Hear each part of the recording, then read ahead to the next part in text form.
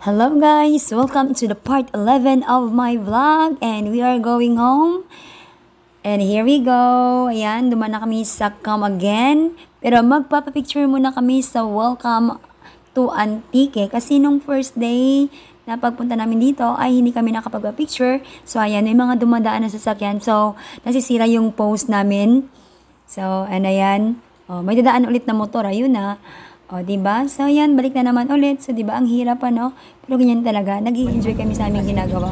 So, tawanan na sa loob ng aming sasakyan habang binabaybay ang mahabang daan pa uwi sa Iloilo. Okay. Ang saya, diba? So, ito yung kasama namin na nahihilo palagi. At yung driver namin, ayan. At here we go. So, nagbababaan ang lahat kasi gutom na gutom sa mahabang biyahe. Diba? Yan yung principal namin. She took responsibility of our fare in the van. So, kaya natuloy yung biyahe namin. Diba? Ang saya lang, no? Nagugutom na, kaya nagmamadali na talaga kayong kumain dyan sa Pasabaw sa may daan. So, maganda yung area nila. Napakalinis tingnan. And, of course, ang sarap tingnan ng kanilang mga pagkain, kaya napapa-order talaga kami ng sobrang dami.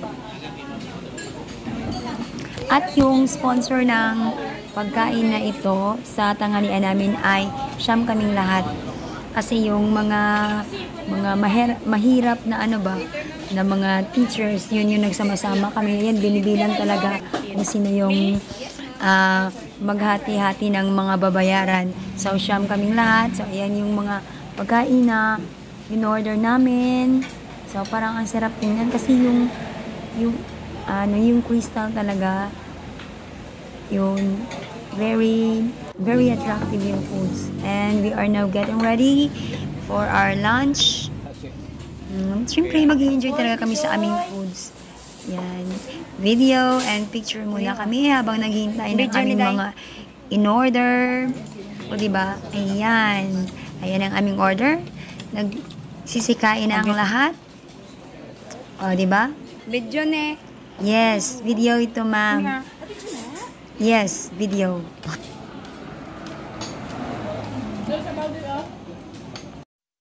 Ito yung pinakamasayang part ng kainan ko, guys. Ayan, nakikita niyo sa aking harapan ay yung dalawang baso ng Coke, samantalang hindi naman ako umiinom ng Coke. O, di ba ang saya lang? So, ibig sabihin, kakain ako na may appetizer na Coke. O, di ba? Ang saya.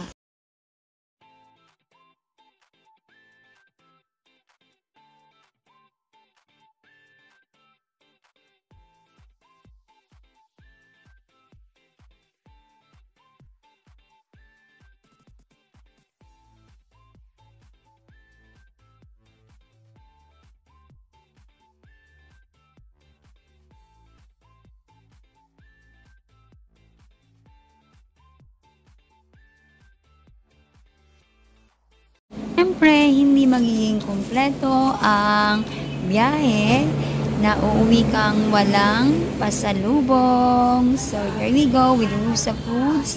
May mga frozen din sila, guys. Ayan, nagtipon-tipon yung mga co-teacher ko. Ayan, pumipili sila ng mga frozen foods. Ayun yung mga product nila. Ang sarap. Ang dami ko talagang nabili, guys. Nako. Ayan, o diba? So, ang dami naming pinagpipilian. And talagang parang mako-confuse ka kung ano yung pipiliin. Ayan yung mga pinamili ko. Di ba ang dami? So, kahit walang pera, maubos na yung pera mo, bahala na. Importante may pasalubong talaga sa family. Yun ang pinakamahalaga kapag nagbiyahe ka.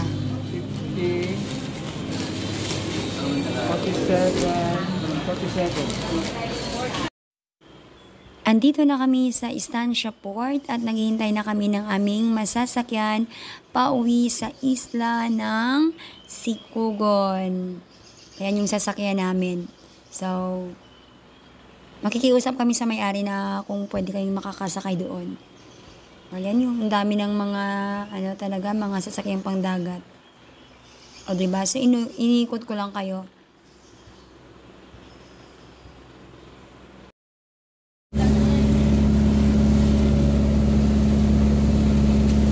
magapakyut.